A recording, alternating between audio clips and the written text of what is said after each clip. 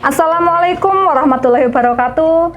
Perkenalkan, saya Tosia. Saya adalah penyuluh pertanian dari Kabupaten Trenggalek. Saya sudah mulai mendampingi petani di Desa Sidomulyo sejak tahun 2018. Bersama saya saat ini sudah hadir Pak Parwanto. Beliau adalah petani porang dari Desa Sidomulyo, Kecamatan Pule, Kabupaten Trenggalek, Provinsi Jawa Timur. Sekedar informasi, beliau sudah mulai menanam porang sejak tahun 2016 atau tepatnya 4 tahun yang lalu. Luas hamparan porang beliau saat ini sudah mencapai 8 hektar dengan produksi per hektar mencapai 80 ton per hektar per tahun. Jika harga porang saat ini adalah Rp10.000, maka kita sudah bisa mengkalikan 10.000 dikali 80 ton, ketemu nilainya sekitar 800 juta rupiah per tahun. Sebuah hasil yang sangat fantastis. Jadi, apakah Anda tertarik untuk menanam porang? Cus, mari kita bersama dengan Pak Parwanto mendiskusi bagaimana success story beliau. Untuk budidaya porang, ada 3 jenis benih yang diperlukan untuk menanam. Nah, dari ketiga jenis benih tersebut, ada umbi, ini umbi. Kemudian yang kedua dari bulbil atau katak. Yang ketiga berasal dari bunga. Tentu saja ada kelemahan dan kelebihan yang diperoleh dari ketiga jenis benih tersebut. Nah, Pak Parwanto, kira-kira dari ketiga jenis benih ini mana yang paling menguntungkan? Adakah yang paling baik? Atau dari ketiga jenis ini kira-kira kekurangan dan kelebihannya kira-kira seperti apa? Semua pasti ada kekurangan dan kelebihannya. Ya, kalau seperti ini kita ambil dari umbi, bibitnya dari umbi, kita kekurangannya itu kaitannya biasanya kaitannya karena bental dana. Modal. Iya. Nah, modalnya harus memerlukan biaya yang besar. Oke. Kalau mau menanam yang jumlah besar. Nih. Tapi ini keuntungannya. Segi keuntungannya itu kita bisa memanen 6 bulan sudah maksimal. Oke, di sudah 6 bulan bisa 3 kilo 4 kilo. Oke. Ya. Kira-kira harga per kilonya biasanya? Kalau ini bibit benih 40.000 isi 34 itu. Ya. Kemudian kalau yang katak? Kalau katak ini kalau kata super yang misalnya super itu katak yang agak besar-besar itu 1 kilo isi 80 sampai 100. Ya. Itu harganya 180.000. Ya, kemudian 1 kilonya. Ya. Bisa dipanen? Ini ya relatif tergantung kebutuhan. Misalnya kita butuh 6 bulan dipanen juga bisa kok. Bisa. Iya. Mau 2 tahun nggak apa-apa, mau 3 tahun nggak apa-apa, tambah lama tambah besar. Iya. Ini yang terakhir dari? Kalau ini yang dari bunga ini, yang dari bunga ini kan 1 kilo kan ada berapa, kalau dihitung ada berapa ribu butir. Iya, cuma ini pertumbuhannya agak lambat. Permasalahannya kan benihnya kan kecil-kecil nih. Kecil-kecil. Iya. 1 kilo biasanya isi berapa, Pak? Berapa butir? Ada 10.000. Ada 10.000 butir ini. Terus lama budidayanya atau panennya berapa tahun? Nah, ini rata-rata 3 tahun biasanya. Kalau pakai yang bibit 3 tahun bisa mencapai umbi berapa kilo? Ya, 2 kilo 3 2 sampai 3 kilo. Tapi hanya beda tahun ya. Bisa menghemat biaya penanaman modal. Nah, sekarang teman-teman mungkin ingin tahu kira-kira seperti apa benih yang berkualitas. Pak Pur, tolong dari semua jenis umbi ini kira-kira yang bagus itu seperti apa, Pak, ciri-cirinya, Pak Pur? Oh, kalau dari umbi ya ciri-cirinya benih bagus itu enggak ada bekas luka. Artinya apa itu seperti kena apa itu? Seperti ini enggak apa-apa, ini enggak apa-apa kalau kena pacul, kena apa itu? Seperti ganco itu enggak apa-apa, asalkan enggak ada, kan biasanya ada jamurnya itu yang biasanya merusak itu. Kalau sudah ada jamurnya nggak bisa tumbuh. Nggak bisa tumbuh. Tumbuh nggak sempurna. Kalau yang katak ciri-cirinya seperti apa, Pak, yang bagus? Risiko tipis katak itu pasti tumbuhnya. Asalkan katak itu katak yang sudah ripah, istilahnya sudah tua. Tua itu umur berapa, Pak, kira-kira, Pak? Umur 5 sampai 6 bulan. 5 sampai 6 bulan sudah tua. Ciri-cirinya, Pak, kan teman-teman banyak nih yang belum tahu. Kalau beli terkadang karena kita masih amatir belum tahu, akhirnya kita tidak bisa bedakan mana kata yang tua dengan yang masih muda. Kira-kira secara kasat mata apa? Nah, ini yang perlu dimengerti dari teman-teman ya, yang perlu dimengerti. Kalau kata itu biasanya orang itu kan nggak sama dalam apa itu mengambil keuntungan. Kadang-kadang yang agak nakal ya, belum tua, belum ripah, apa istilahnya Durman itu dibabat, dipangkas. Nanti akhirnya batanya dikumpulkan, akhirnya rontok. Yo kelihatan tua tapi palsu, nggak tua itu. Ya, itu bahaya memangnya, nggak bisa tumbuh. Ya. Terus kalau yang bunga, ciri-ciri yang bagus seperti apa? Kalau bunga itu nggak ada kelemahannya. Ciri-ciri yang penting bunga tua. itu perawatannya, ya yang tua ya sudah merah kayak ini sudah tua, sudah blondoli kan ini ya blondoli tua. Tanpa dikira sudah jatuh dengan sendirinya. Oh, okay. Iya. Oke. Nah, setelah tadi sama-sama kita belajar dari Pak Parwanto bagaimana itu pemilihan benih yang tepat, maka sekarang kita akan belajar lagi dari beliau, kira-kira penyimpanan benih yang tepat seperti apa. Pak Pur gimana Pak Pur kalau nyimpan benih, karena kita ini kan modalnya mahal. Jadi kalau kita tidak nyimpan benih dengan baik, jelas kan akan merusak benih. Kira-kira penyimpanan benih yang tepat seperti apa Pak Pur? Ya, penyimpanan benih biasanya kalau saya itu cukup ya kayak gini ya sudah nggak apa-apa. Penting diler. Ya, jangan dimasukkan karung. Kalau dimasukkan karung nanti akan apa ya, panas. Oke. Iya, dia akan membusuk. Berarti juga. harus dihampar. Iya, tidak boleh lembab. Tidak boleh lembab ya. Kena angin lah, enggak terlalu kena panas. Oke. Juga enggak boleh dijemur. Ini dijemur enggak boleh, kalau terlalu lama enggak boleh. Alasannya kenapa Pak Pur enggak boleh dijemur? Ya nanti kalau ya rusak tadi. Pada akhirnya enggak. Berarti ini umbi yang umur 2? Ini umur 2 tahun, 2 musim. Oke teman-teman, tadi sudah berdiskusi dengan Pak Parwanto, kita sudah banyak belajar dari beliau terkait bagaimana penyiapan benih yang tepat. Demikian, semoga bermanfaat untuk kita semua. Syarat tumbuh tanaman porang itu ada 2 faktor, yaitu pertama dari iklim, kemudian dari tanah. Porang pada dasarnya dapat tumbuh pada daerah dengan ketinggian antara 200 sampai 800 meter dari permukaan laut, tapi juga ternyata toleran pada ketinggian di atas 800 meter dari permukaan laut. Kemudian porang menghendaki cuaca dengan hujan yang merata sepanjang tahun antara bulan Desember sampai bulan Mei. Jika hujan sepanjang tahun terus tidak putus, ini akan menghambat pada proses pembentukan umbi dan proses dormansinya akan terhambat.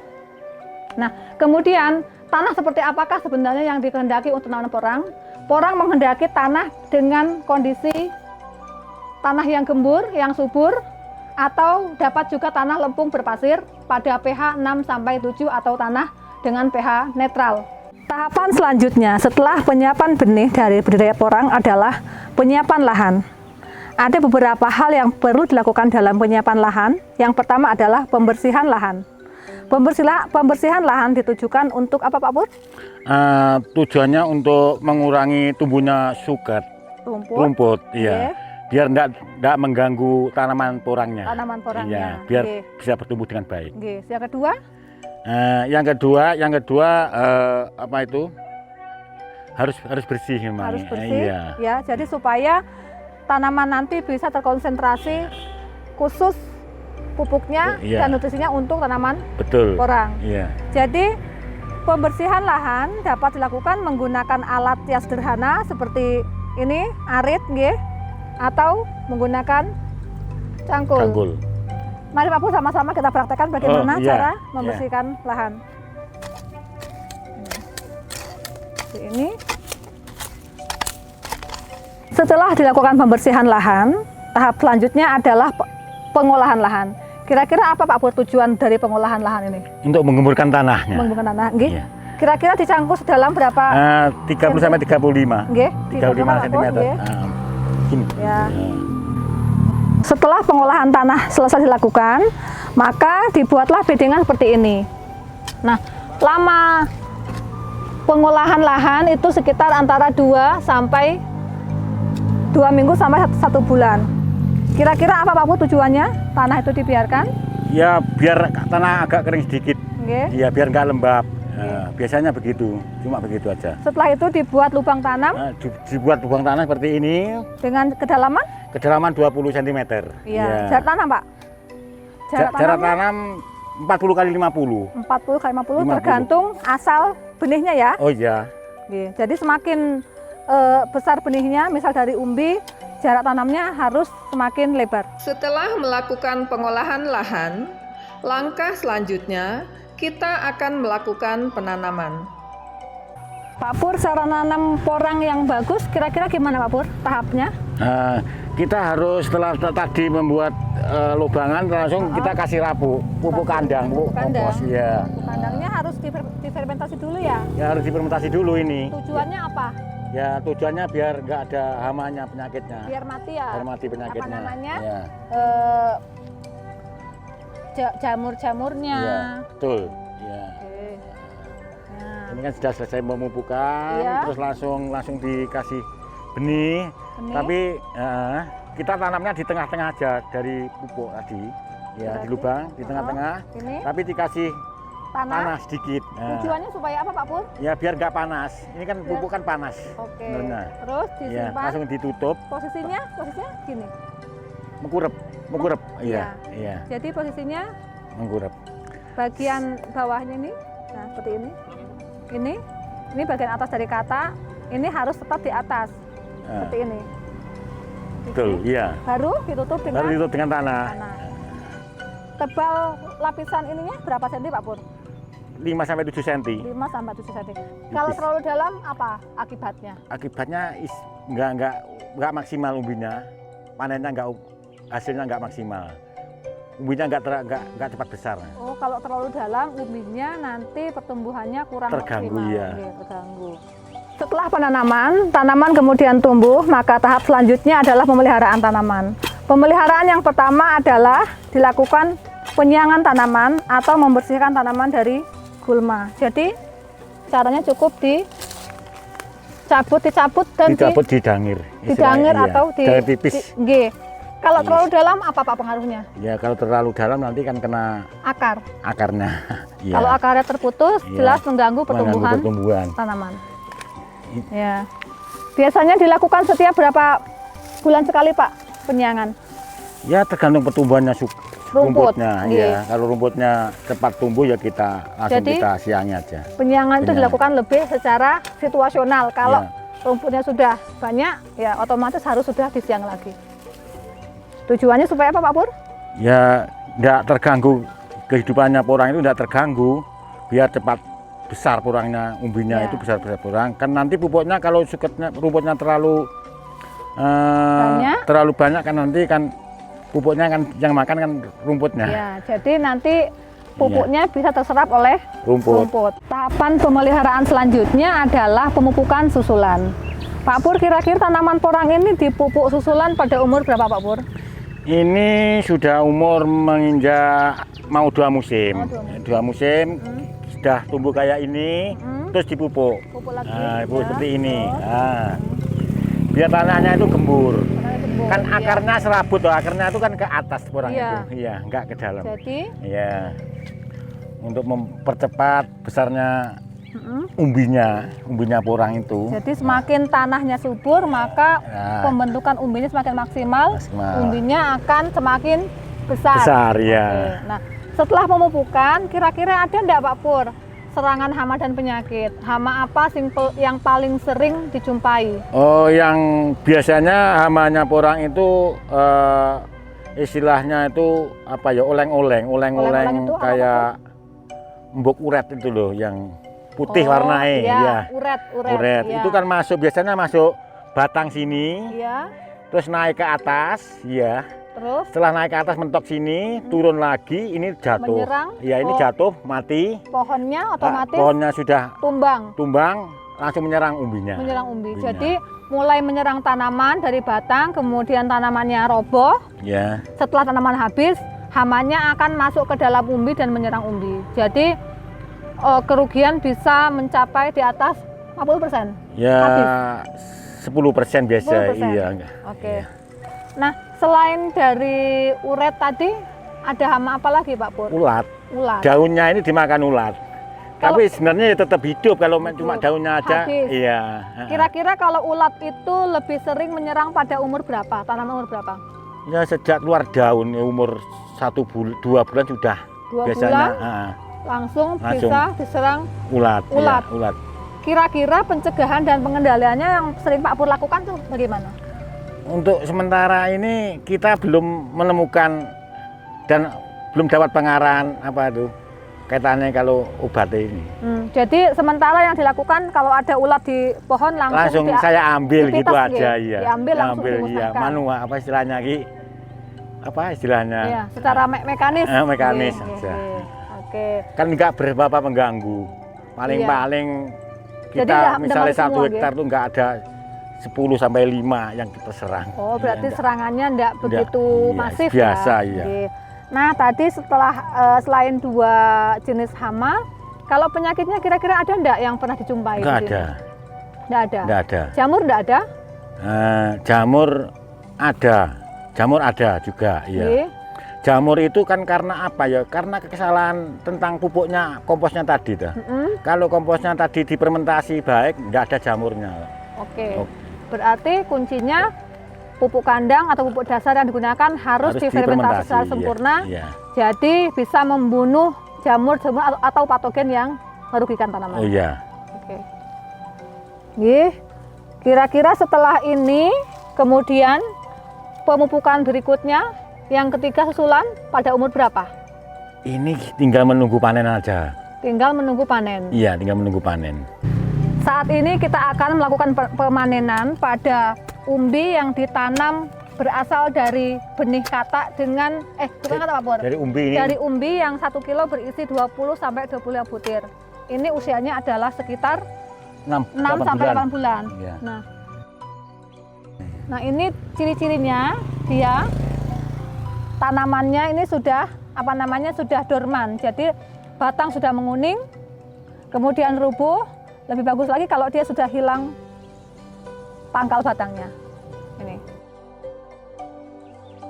Tahapan selanjutnya setelah panen adalah pasca panen, yaitu bagaimana kita membersihkan umbi-umbinya. Pak Pur, kira-kira apa tujuan dari pembersihan umbi-umbi ini, Pak Pur? Ya, kita seharusnya tanahnya ini nggak sampai menempel banyak. Nggih. Tapi juga nggak boleh terlalu bersih. Karena apa? Kalau terlalu bersih nanti kalau dimasuki karung, dibawa ke pabrik nanti apa? Lecet akhirnya cepat membusuk. Jadi yang perlu dibersihkan ini cuma yang di sini, tengah ini. Nah, yang tengah ini, ya, Pak yang Pur, tengah ya? ini. Oh, jadi kalau dia bagian tengah ini yang bekas tangkal batang tidak bersih, ini harus bersih, ini bersih. dia bisa menyebabkan apa? Gampang busuk. Enggak. Maksudnya kalau di sini harus bersih, pabrik kan biasanya kan kalau kita tidak bersih kan repasinya terlalu tinggi di pabrik kalau kirim. Betul. Tapi kalau di sininya enggak boleh terlalu bersih kalau kirim ke pabrik. Masalahnya apa? Masalahnya nanti apa itu kena masalahnya kena apa saknya itu nanti berat. Akhirnya luka bisa busuk. Jadi alasan mengapa teman-teman harus menanam porang, alasannya itu adalah yang pertama, porang merupakan komoditas ekspor yang memiliki nilai jual yang cukup tinggi. Kemudian yang kedua, perawatannya sangat sederhana. Yang ketiga, hampir dikatakan minim dengan risiko. Kemudian yang ketiga, prospek pasarnya masih sangat terbuka dengan lebar. Makanya ketika Anda menanam porang, jangan takut porang tidak akan terbeli. Teman-teman, setelah tadi kita belajar bagaimana cara membudidayakan porang, mulai dari awal pemilihan benih, kemudian penyiapan lahan, penanaman, pemeliharaan, termasuk pengendalian hama dan penyakit, panen dan pasca panen, kemudian kita sudah masuk pada penyimpanan. Nah, demikian pada hari ini saya bersama Pak Parwanto telah menampilkan beberapa materi tentang budidaya porang termasuk prospeknya. Semoga bermanfaat untuk kita semua. Mohon maaf bila ada kekurangan saya. Saya Tosia. Saya Pak Parwanto. Assalamualaikum warahmatullahi wabarakatuh.